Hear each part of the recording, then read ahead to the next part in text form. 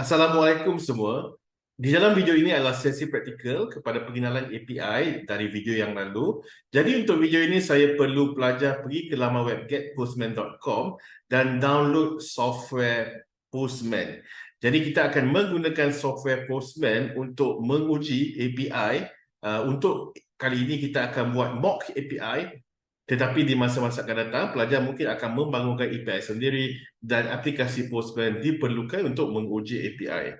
Jadi nanti apabila pelajar sudah download, kita akan lihat bersama di dalam Postman. Contohnya sebelum ini kita ada lihat tiga perkara apabila kita mahu menguji API.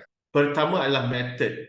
Jadi jika pelajar ingat ada method post, get, put dan delete, kita akan ubah di sini. Kedua adalah URL API. So URL API kita boleh ubah ke sini. Ketiga, sekiranya API tersebut perlu ataupun tidak perlu menghantar data. Jadi jika API itu perlu menghantar data, data tersebut akan dihantar dalam format JSON. Jadi semua ini kita akan lihat bersama sebentar lagi. Dan untuk membina mock API, kita akan menggunakan sebuah website percuma yang dinamakan Shitty. Di dalam website ini ada beberapa langkah yang kita akan lakukan bersama. Pertama, kita akan bina mock database kita. Ini bukan database yang betul ya. Jikalau database yang betul, seperti mana yang saya terangkan sebelum ini, kita perlukan server-side programming language, contohnya PHP, Node.js, .NET ataupun Java.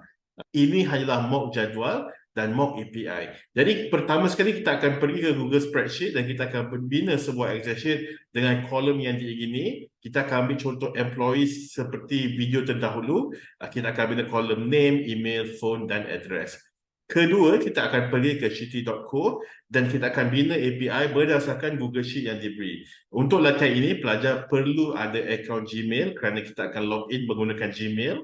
Ketiga, Shitty akan menghasilkan API berdasarkan CRUD yang saya nyatakan sebelum ini.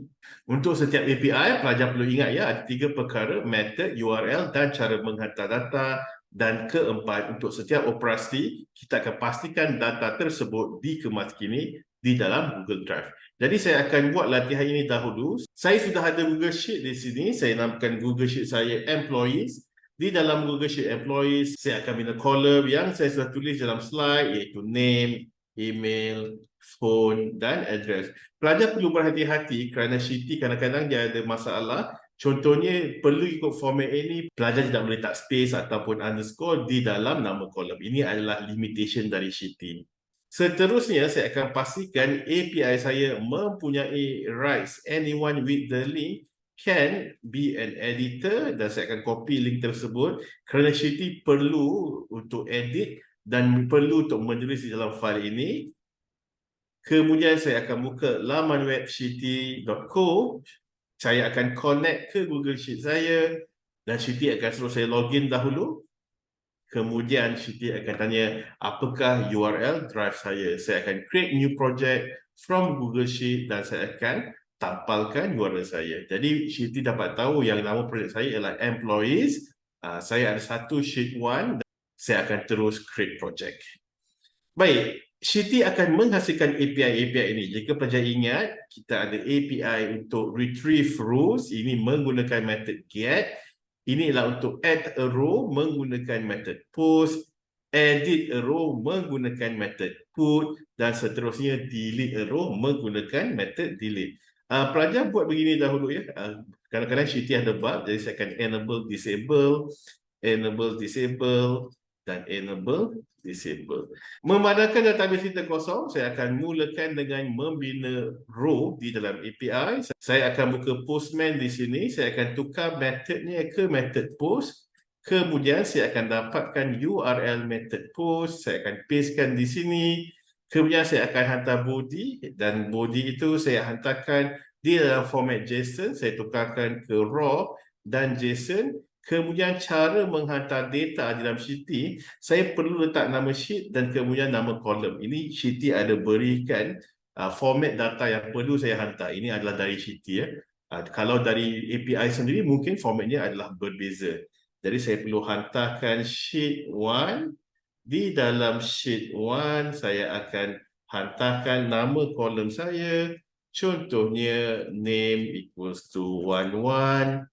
email equals to 11@gmail.com, phone equals to 01234567, and then kemudian saya ada satu lagi iaitu address equals to 123 Jalan 88 Bandar Baru Bagi. Jadi bila sudah isi, saya akan terus tekan send dan saya akan dapat resultnya. Dan bila saya sudah dapat resultnya, kita akan terus semak di dalam Google Drive. Di dalam Google Drive, maklumat tersebut dihantar. Saya akan cuba sekali lagi. Mungkin saya akan buat 12.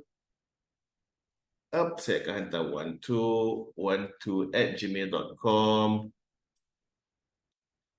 Ini 122. Right. Saya tekan send. Apabila saya tekan send, jadi data tersebut dihantar dan apabila saya refresh, maklumatnya dimasukkan di dalam database saya. Jadi itu adalah untuk post. Saya boleh uji semua untuk get. Untuk get kita ada dua ya, satu get all dan kedua get by ID. Jadi get all saya akan panggil di sini. Saya akan tukar method dia, tekan get.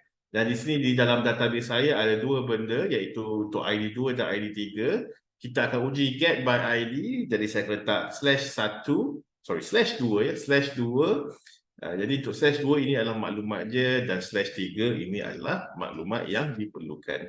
Saya akan cuba untuk put pula. Jadi untuk put, kita dapatkan URL put. Put itu adalah untuk edit. Untuk edit, kita akan masukkan di dalam sheet 1 apa yang hendak diedit. Contohnya, saya hendak edit untuk ID 3, mungkin addressnya saya hendak tukarkan ke 122 Jalan 100, Bandar Baru Bangi. Saya tekan send. Kita boleh terus lihat respons yang diberi 200 OK. Dan terus lihat di dalam database, ID 3 telah diubah ke 122 Jalan 100 Bandar Baru Bangi. Dan akhir sekali, contohnya saya akan cuba URL delete. Saya enablekan dia, saya dapatkan URL. Saya tukarkan metodnya. Saya hendak delete ID 3, tukarkan metod ke delete. Saya tidak perlu hantar data. Saya terus tekan send. Apabila tekan send, saya akan dapat 204 non-content. Tetapi bila saya lihat semula di dalam database, ID tersebut telah pun dibuang. Saya boleh cuba sekali lagi.